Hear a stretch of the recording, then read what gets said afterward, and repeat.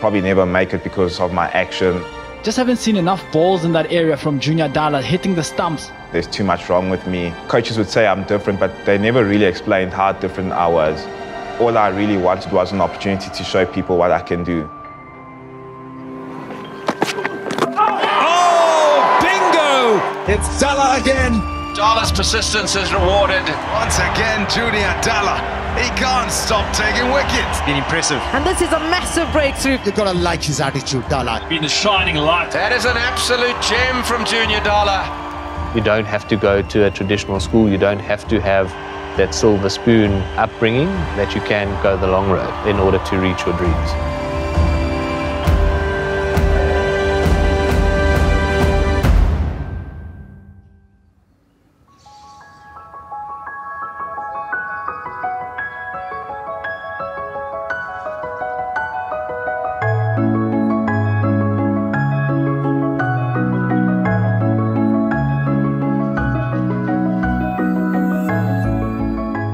Traditional success in South African cricket often comes via conventional pathways.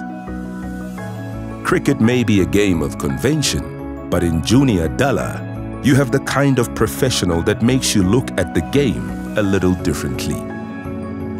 Mind and Field, brought to you by Profmed, the intelligent medical aid choice for a diverse range of professionals.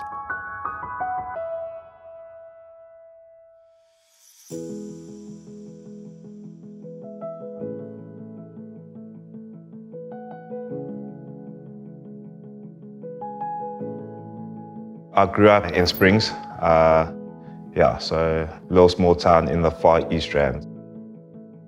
A few of my friends that sort of lived in my streets, they were all into cricket, so sort of learned to bowl on a little concrete strip in one of my friends' driveways. When we used to play, I was just actually the fielder. I was like the little brave kid that used to dive on the cement, to get that one hand, one bounce type of thing, and that's how the journey to loving cricket started. So obviously being sort of Joburg, born and bred, growing up, cricket was a big passion of mine, but soccer was actually my first passion. Yeah, so fortunate enough to go to a very traditional boys' school in Cairns, King Edward VII School, which sort of gave me the grounding to take up sport, a very sport-orientated school, and traditional, which focused on a lot of the respect and the ethics behind how you play sport and play the game of cricket in particular. Being a younger brother at home and being quite a sporting family, whatever sort of sport was going on TV, we replicated in the backyard, my brother and I. Cricket was obviously one of those games that we spent playing in the backyard for many, many hours. Cricket was one of those sports that actually kept me and my friends sort of busy on weekends, so we didn't get up to too much nonsense compared to a lot of the kids in that community, so it was quite important for me growing up. Coming from a traditional school like I did, there's difficulties in that as well, is that you're sometimes a small fish in a big pond. Thought I was a sort of big boy arriving at Cairns in grade 8 and found myself in the C team at the school, which sort of knocked me back down to size. And sort of saw a gap in the spin bowling department and realized I had a little bit of talent in bowling off spin, so started moving through the ranks, and before I knew it I was playing in the A side and started getting recognized in sort of some provincial teams. Yeah, then headed on to the University of Johannesburg, which produced a lot of cricketers and had a very strong side, and that sort of helped with my development into professional cricket. I think it depends on where you come from. Being from a small town and going to a school where we didn't actually have proper cricket coaches, it was my accounting teacher was our first team coach. All they wanted, to fill the first team was someone that could either bowl, so it didn't even matter if you could bowl fast, just bowl, catch, and be able to hit a cricket ball. I remember grade 9, grade 10, I actually started becoming sort of really good at cricket, and I used to go to these provincial trials back in the East Rand, and I almost had the sense that I was better than a lot of the bowlers there, but I would always make it to the last round, and coaches would say I'm different, but they never really explained how different I was. No one actually made me understand. Every single time I didn't make that team, I just kept telling myself, it's not a reflection on you, it's a reflection on them. I just kept saying, they can only pick 15. They can only pick 15. It's no reflection on you. Junior came from a background where his talent wasn't really acknowledged. Nobody really backed him or understood or saw a bigger or a brighter future for him. All I really wanted was an opportunity to show people what I can do. The experience and learning will come after that. My biggest objective was to just make a name for myself and show the raw talent that I have. Junior may have had the raw talent to make an impression with the ball as a fast bowler, but the professional elements of the game at this new level were still unknown. I think any professional sport is very competitive and it's pretty cutthroat in terms of your performance and your contract. Often as young cricketers you come in and you get offered a contract which is not worth a lot of money, but you sort of fighting with a lot of players to get that small contract. All contracts are mainly 1 year based, so it's based on performance and you have to work to get it back, or you move on and you do something else. We, as provincial cricketers, we often used to go down to UJ Nets, which was our club that we played for in the university. The manager of UJ, Mr. Karel Maton, was quite a hard guy, and he almost made sure that we had to come down to training, otherwise we weren't going to get selected on the weekend. And one of the key attributes that Karel had is he had a very keen eye for talent from the non-traditional schools.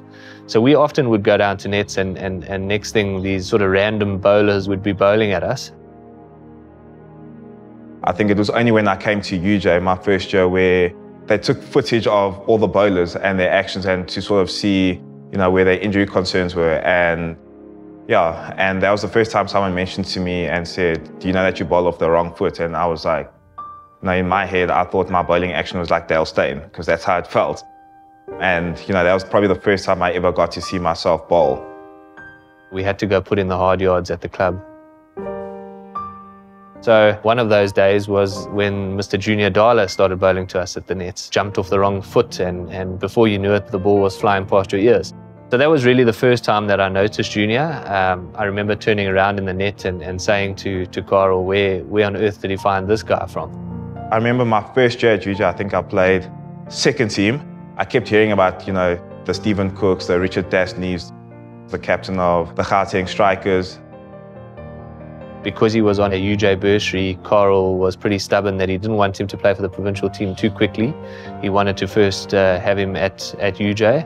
And the funny part about that is that he often kept him in the second team. He kept him in the background, much to Junior's disgust at the time. We actually wanted to pick him earlier than he eventually made his debut. The 1 year I got picked to play in the first team, and Richard was captain, and those guys were intimidating. They played cricket completely differently to what I had known it back in the East Rand. So it was intimidating. And with Richard, he's got this kind of poker face where he doesn't give too much away, but also even when he captained me, I don't even think I spoke much to him. He just gave me the ball, and I just tried to execute sort of what he had given me. Junior, coming from a non-traditional school, he didn't always have the basics or the ethics around cricket. So I try to keep it as simple as possible for him, and I just said to him, his role in the team, his job is to bowl fast, and I'll just tell him where to bowl. Made my debut at the Wanderers against Free State. I don't remember too much about it. I mean, just playing at the Wanderers was obviously something big for me. I set some outrageous fields at the Wanderers, and he got a few guys sort of jumping around because he had this sort of express pace, and the fact that he was unique in that he jumped off the wrong foot, set him apart, which worked out beautifully for him, and sort of just set his career going on the right foot, or maybe the wrong foot. I don't know what we could say with him there.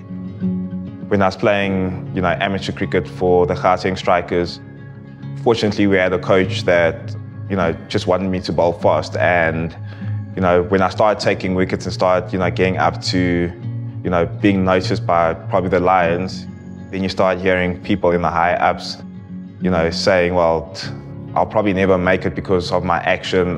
There's too much wrong with me.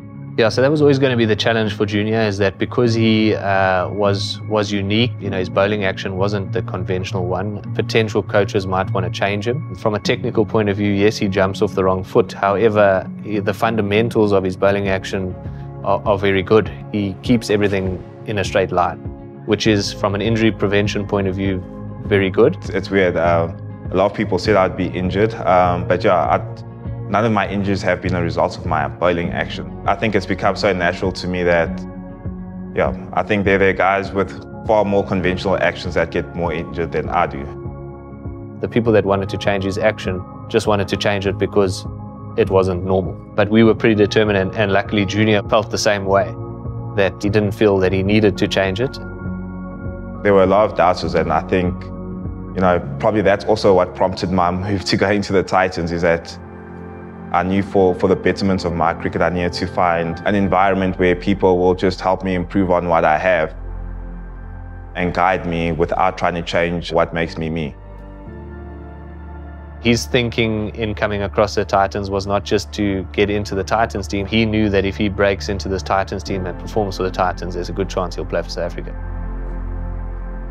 On the exterior, I try and portray calmness. I do believe that the mood of the change room revolves around key figures. You don't want players feeling extra pressure going out into the middle because you're sort of stressing on the side. That's not to say that you can't show emotion. That's not to say that you don't care. And there certainly are times where you sort of want to kick the cooler box over in the change room. But, I'm a believer that you're only allowed to have 2 blowouts a season as a coach, because otherwise it won't carry the sort of weight that it has to have. So you've got to pick and choose when you're going to have those blowouts. When he sort of captained our team, the amateur side, Gauteng Strikers, yes, he did have a lot of friends, but ultimately his goal was to win, and obviously to make the players around him successful, because that would mean he's a successful captain. So yes, we would have fun moments, but we also had moments where he was very honest with me. Nowadays in the coaching setup at the Titans, he's the first one to tell me, when I've sort of gone out of line, not even from a cricket point of view, just from a human point of view. He's someone that puts me in line very quickly, but he also understands me in the sense that he can sort of push my boundaries without, being too extreme, and sort of finding that happy medium with me. But I mean, it's a relationship that we've had for almost close to 10 years now. The one thing I was always with Junior is I said, I'm not going to sugarcoat anything. I'm going to be as open and honest with him as possible. We discussed as a sort of leadership group, myself and the coach and 1 or 2 other senior players, that we'll look at Junior as a bit of a good cop, bad cop situation. And often as captain on the field, I was bad cop. So Junior often thought that I was a little bit hard on him, but that was all part of the plan, because we sort of thought there was bigger things to come from Junior than just playing sort of provincial cricket. We thought he could make a big impact on franchise cricket and international cricket. A good coach and a good mentor is someone that can take even the most average player and try to bring out the best, the best performances. I mean, you can be a good coach and mentor with a superstar, but a good mentor is someone that can, even on your down days, try to bring even that extra 5% that will make that bad day a little bit better. Being an individual sport which, looks at numbers in terms of success, there's often a lot of failures that come along the way. So dealing with failures and not having that fear of failure is a big attribute in terms of moving your career forward. But I think some key attributes would definitely be having grit, having good determination. Those are really key attributes in the South African context in particular, because it is a tough system and very cutthroat. You sort of set your goals up to play for South Africa or to play for the Titans, but sometimes you also don't understand what comes with that. With the good comes the bad. So when you perform, you're the best in the world, and when you don't, you probably don't deserve to be in the team. And it's sort of like learning to deal with outside influence, because up until you make it, it's all about you, and you're your own motivator and your own harshest critic. But once you start making it to the top, you have thousands, hundreds of thousands of other people that become that for you. So it's, sort of learning that skill to block those things out. Back in the day, my dad actually went into exile to Zambia and sort of met my mom there somewhere in 1990, like a few months after I was born. Obviously, all the apartheid laws, sort of ended, and they were welcomed back into South Africa. My dad just used to watch Test cricket sort of every weekend. Like, I was this kid that used to want to watch cartoons at 10 o'clock in the morning on Saturdays, and my dad used to watch Test cricket. So I was like, well, let me actually just find out what this game of cricket is all about. And then that's where sort of my understanding of cricket started. I was playing a 4-day game for the Titans, or could be in a 50-over game. And for some reason, Mark Boucher, when I was bowling, kept saying, listen, Junior, don't overexert yourself. Just look after yourself. If you saw, you can come off the field. But he was acting like very, very different. Little did I know, the selectors had obviously called the coaches at the Titans saying that I had been selected for that T20 game. A big driving force in his success was always, that his dad had this vision for him and wanted him to play cricket and be the best version of himself on the field. My dad really wanted me to play cricket. He loved it so much. So my day before the Proteas was a little bit surreal. It didn't show too much emotion up until I obviously called my mom.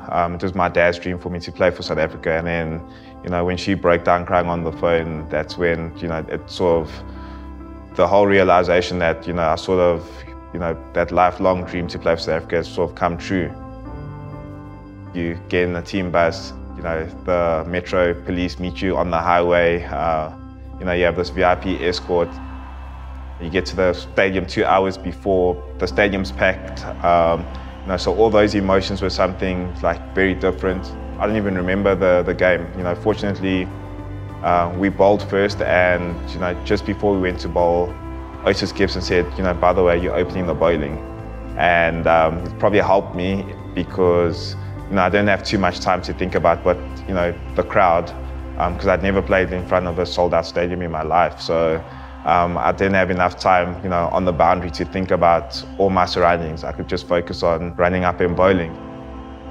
I got a little bit carried away in that first game, but it was a great experience, something that, apart from the opposition being a lot better than what I was used to, I felt the cricket, it pretty much stayed the same. But everything surrounding it, the hype, multiple Twitter messages and Instagram messages that you get, and dealing with, 30 seconds of fame that you instantly get when you get that call up. Those things were hard to deal with, but from a cricket point of view, again, it was the same motto that I used when I made my amateur debut, is just to show the world what you can do, and then you'll learn along the way and get better with experience. Junior can only be an inspiration to show what hard work and determination where it can actually get you. You don't have to go to a traditional school. You don't have to have that sort of, let's call it that silver spoon upbringing, that you can go the long road in order to reach your dreams.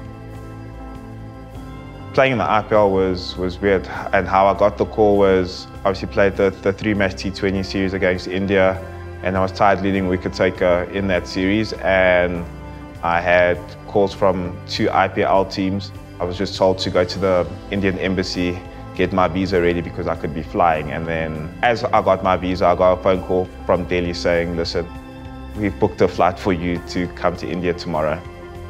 I remember landing in India. Delhi were playing, I think, the Mumbai Indians. And I decided I'm not going to go sleep at the hotel. I want to experience the IPL before I actually am part of it. And yeah, it was surreal. Like, I got to see Mitchell Johnson, play, but be in a change room and seeing him as an opposition, someone that I've admired in the way he went about his cricket. And then you all of a sudden surrounded by superstars. Ricky Ponting was my coach, someone where in the, I remember the 4-3-8 game, smashed South Africa at the Wanderers, and here he was giving me advice about cricket. And I remember I was freaking out just by him sending me a WhatsApp and having his phone number. So I was like, okay, well, that's my claim to fame. My career can end now. So it was such a nice experience. This next stage of focus saw the broadening of his professional relationship with Richard, who had now transitioned from player to full-time coach. You know, now I find myself as part of the coaching staff at the Titans with him as a player, and to see how much he's grown over the last sort of 10, 12 years is very pleasing. So I think in terms of character, he's pretty much the same, which is a good attribute of his, that, you know, his success hasn't really changed the way he acts or the way he goes about his stuff. But on field, he's obviously grown a hell of a lot in terms of his professionalism, his training, his understanding of his body. You know, he knows what it takes to be ready for a 4-day game or for a 1-day international game. And his sort of game smarts have developed a hell of a lot. In the early bits of his career, he was very sort of reliant on senior players to tell him what to do. But now he's one of those guys that are helping the youngsters along with the learnings that he's had over the years. He's now a leader in that department in not only the Titans change room, but I think in South African cricket. At times in my career, especially now that I've made it, you know, from that first ball, you're looking to replicate all of those performances. So I think maybe not trying to look for those big performances is something that I'm also starting to learn. You know, you train, you do all your preparation, and it's actually just about trusting all those weeks and months of preparation that you've had, and also accepting that you will have good days and bad days, but that's not a reflection on how you've performed or how you've trained. It just like you take your wins, sometimes, you know, take your losses, but also reflect on those losses. That transition of actually now being a senior player, you actually think that you must take on more than you actually need to. I just need to take care of, you know, my own space, the way I perform, the way I train, and lead from that aspect. And through that, everyone will see that I'm a senior player, as opposed to, you know, trying to be man of the match every game.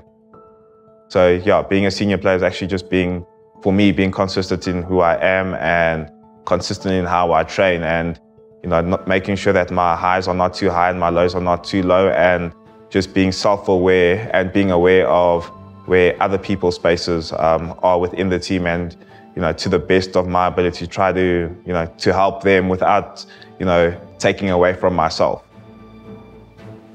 Junior has never been somebody that has looked at any person's name or any player that he played against. He didn't really care who he was bowling at. He just wanted to bowl quickly and wanted to get the next guy in.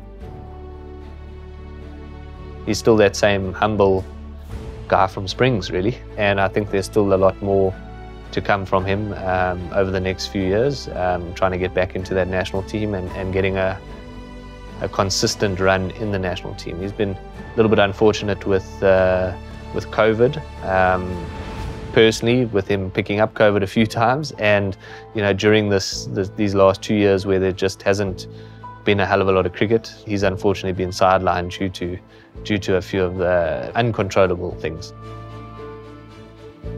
Controlling the controllables for me growing up was, while these guys are on tour and maybe getting smashed, I can get better. It's something I use now with selections. If I don't go on tour, I just use it as motivation to work harder and to make sure that when I do get my opportunity again, that I am ready. So controlling the controllable means taking ownership, not just about your performance, but of your own emotions. And yes, there is disappointment initially, but try not to live in that disappointment, because it's just about, you know, taking a step back and saying, they can only pick 15, and that's my motto. They can only pick 15 and control what you can control. Junior and Richard may have had very different starts to their careers and seen the game of cricket in a different way. But with a shared focus for success, their individual attributes have always found a way to combine professionally. We look forward to watching Junior continue his fight for his place in the national team. For more episodes of Mind and Field, visit profmed.co.za. Mind and Field, brought to you by Profmed, the intelligent medical aid for professionals.